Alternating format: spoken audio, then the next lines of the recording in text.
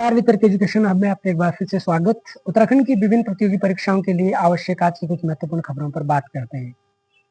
पहली खबर है, राज्य के पारंपरिक व्यंजनों को लोकप्रिय बनाए जाने की जरूरत पर राज्यपाल जी ने विशेष प्रयास किए जाने की आवश्यकता पर बल दिया। राज्यपाल लेफ्टिनेंट जनरल गुरमीत सिंह ने भारतीय पाकशाला महासंघ के पदाधिकारियों से बातचीत के दौरान उत्तराखंड के पारंपरिक व्यंजनों को देश विदेश में लोकप्रिय बनाए जाने के लिए विशेष प्रयास करने संबंधी विषय पर चर्चा की। उत्तराखंड के पारंपरिक व्यंजनों की बात करें तो उत्तराखंड राज्य उन राज्यों में से एक है जहां का भोजन सरल और स्थानीय रूप से उगाए जाने वाली सामग्री से बनाया जाता है। उत्तराखंड के पारंपरिक व्यंजनों को देखें तो इनमें से कुछ प्रमुख है बाड़ी, काफुली, फाणू, भांग की चटनी, गढ़वाल का फन्ना, कंडाली का साग, झंगोरी की खीर, चेनसू, डुबुक, अरसा, सिंगोरी और भटका चुड़कानी। इनमें से अगर कुछ को हम विस्तृत तरीके से समझने की कोशिश करें तो पहला है बाड़ी। बाड़ी एक तरीके का ऐसा व्यंजन है कि जब आपके पास तैयारी के लिए बहुत कम समय हो तो आप बाड़ी बना सकते हैं। एक प्रसिद्ध उत्तराखंडी लोकप्रिय व्यंजन है। हालांकि ये कोई नूडल नहीं है, ये स्वाद एवं पोषण की दृष्टि से अत्यंत लाभदायक है।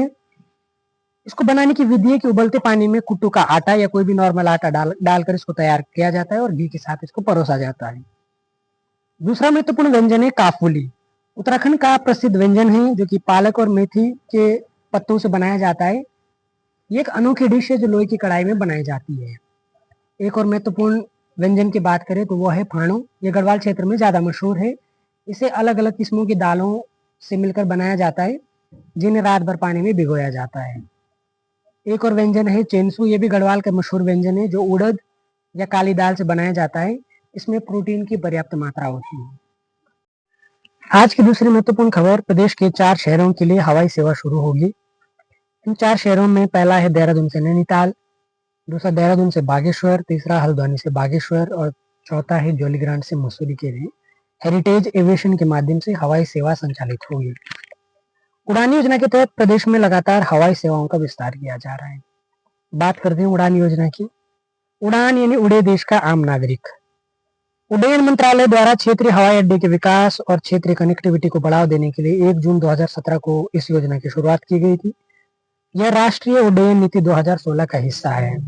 यह योजना 10 वर्ष की अवधि के लिए लागू की गई है। तीसरी महत्वपूर्ण खबर, जोनसार के जुबिन नौटियाल को दूसरी बार आईफा अवार्ड दिया गया। जोनसार बावर क्षेत्र के क्यारी गांव के निवासी बॉलीवुड गायक जुबिन नौटियाल को दूसरी बार आईफा अवार्ड से नवाजा गया। आईफा ने अपनी सिल्वर जुबली का आयोजन जयपुर में किया था। जुबिन इससे पहले भी दादा साहब फाल्के अवार्ड से सम्मानित किए जा चुके हैं। आज की एक और महत्वपूर्ण खबर है, लोकपाल की नियुक्ति के लिए किया सर्च कमेटी का गठन। उत्तराखंड हाईकोर्ट ने प्रदेश में लोकायुक्त नियुक्ति करने को लेकर दायर याचिका पर सरकार की स्थिति स्पष्ट करने के निर्देश दिए। सुनवाई के दौरान मुख्य सचिव की ओर से शपथ पत्र पेश कर कहा गया कि लोकायुक्त की नियुक्ति करने के लिए राज्य सरकार ने सर्च कमेटी का गठन कर लिया है। बात करते हैं लोकायुक्त की। लोकायुक्त राज्यों द्वारा गठित भ्रष्टाचार रोधी एक संस्था है। इसका गठन स्कैंडिनेवियन देशों में प्रचलित अम्बुड्समैन की तर्ज पर किया गया था। लोकपाल तथा लोकायुक्त अधिनियम 2013 ने संघ के लिए लोकपाल और राज्यों के लिए लोकायुक्त संस्था की व्यवस्था की थी। लोकायुक्त की संस्था की स्थापना सबसे पहले महाराष्ट्र में 1971 में हुई थी।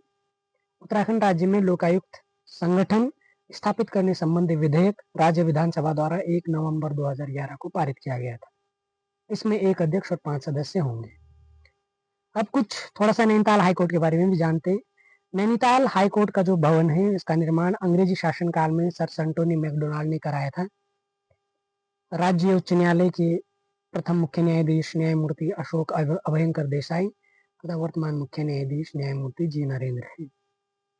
आज की एक और महत्वपूर्ण खबर है, राज्य के हर जिले में बनाया जाएगा हाईटेक पुलिस कंट्रोल रूम। ये कंट्रोल रूम 24 घंटे क्रियाशील रहेंगे। इन कंट्रोल रूम्स को emergency response support system dial 112 से भी लिंक किया जाएगा। आज के लिए फिलहाल इतना ही। ये वीडियो आपको पसंद आया तो इसे लाइक और शेयर जरूर करें। बहुत बहुत धन्यवाद।